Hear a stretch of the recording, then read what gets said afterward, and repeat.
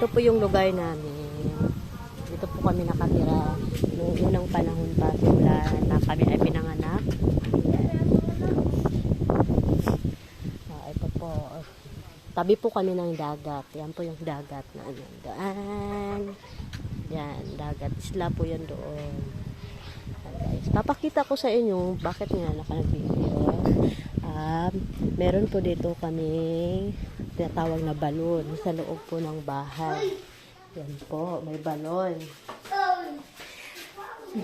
Nung unang panahon po, nung pagdating po namin dito, meron na po siyang balon dito sa loob ng bahay. Ayan po, gumagawa po yung asawa ko.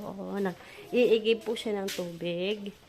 Yan. Ito po yung ang balon sa loob po ng bahay. Yan. Malalim po yun, guys. Yan. Nasa underground po kasi ito balon. Yan. Nag-iigib na po siya. Dito po kami kumukuha ng tubig. Yan. Meron din po siyang underground. Ito, underground po ito.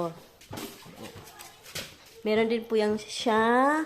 CR po yan, doon, sa loob. Yan. Guys. Yan, malawak po ito dito sa baba. Yes. Ito po sa first floor. Ito po ay underground, sa basement.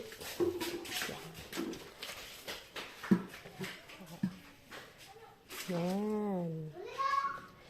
Dito po kami kumukuha ng lahat ng pangailangan namin sa tubig.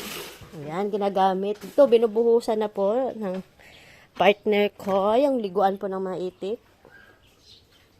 Ayan, may mga itik po kami.